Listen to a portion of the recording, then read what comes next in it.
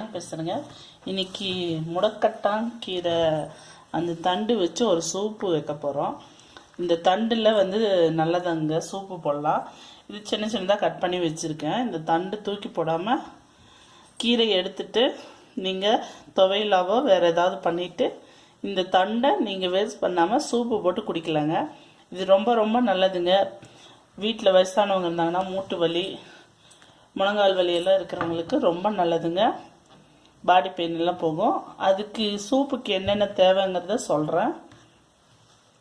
தக்காளி 1, சின்ன வெங்காயம் 5, பூண்டு உங்களுக்கு டேஸ்ட் பிடிக்குன்னா போட்டுக்கலாம். ஒரு 4-5 பல் சின்ன சின்னதாக கட் பண்ணி வச்சுருக்கேன். கருவேப்பிலை, ஒரே ஒரு பச்சை மிளகா, ஜீரக பொடி கொஞ்சம் 1/2 ஸ்பூன், மிளகுத்தூள் ஒரு 3/4 ஸ்பூன், உப்பு தேவையான அளவு, மஞ்சத்தூள். இது எல்லாத்தையும் ஒன்றா குக்கரில் போட்டு விசில் விட்டு இறக்குறது தாங்க. எந்த அளவுக்கு நமக்கு இந்த வேகணுமோ அந்த அளவுக்கு விசில் விட்டு இறக்கினா தெரிஞ்சிச்சு. இப்போ நம்ம போய் குக்கரில் இது எல்லாத்தையும் போட்டுக்குவோம். சூப்புக்கு எவ்வளோ தேவையோ அவ்வளோ. இந்த தண்டு கட் பண்ணி தண்ணியில் அலசி எடுத்து வச்சுருக்கேங்க. அப்படியே போட்டுற வேணாம், ஏன்னா இது வேலியில் தான் வரும். அதனால் க்ளீன் பண்ணிவிட்டு போடுங்க. ரொம்ப ரொம்ப நல்லதுங்க ஹெல்த்துக்கு. தக்காளி அப்படியே கொஞ்சம் பெருசாகவே போடலாம். நம்ம ஃபில்டர் பண்ணிக்க போகிறோம்.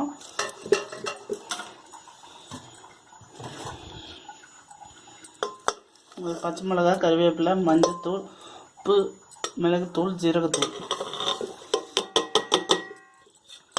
தண்ணி உங்களுக்கு எந்த அளவுக்கு ஜூஸ் தேவைப்படுதோ சூப்பு அந்த அளவுக்கு நீங்கள் ஊற்றிக்கலாம்.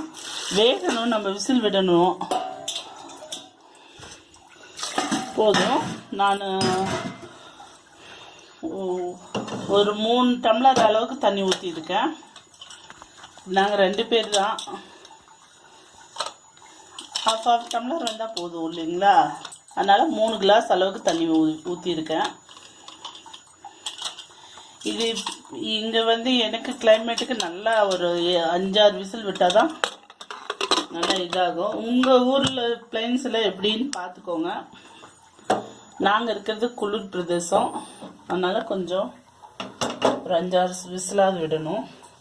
இப்போ குக்கரில் வச்சுட்டேன். இது நல்லா விசில் வரட்டுங்க. ஃபில்டர் பண்ணிவிட்டு நம்ம சூப்பு பார்ப்போம் எப்படி இருக்குன்ட்டு. முடக்கட்டான் தண்டுக்கு சூப் ரெடி ஆயிடுச்சுங்க. இப்போ இதை நம்ம குக்கரில் போட்டு நான் ஒரு 5-6 விசில் விட்டுருக்கேன். இப்போ இதை நம்ம ஃபில்டர் பண்ணிக்க போகிறோம். இது ஸ்டீலுங்க, அதனால் ஒன்றும் ஆகாது. பிளாஸ்டிக்கில் ஃபில்டர் பண்ணாதீங்க.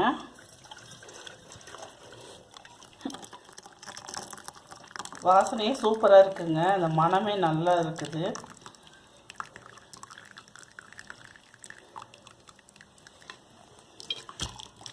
அவ்வளோதாங்க.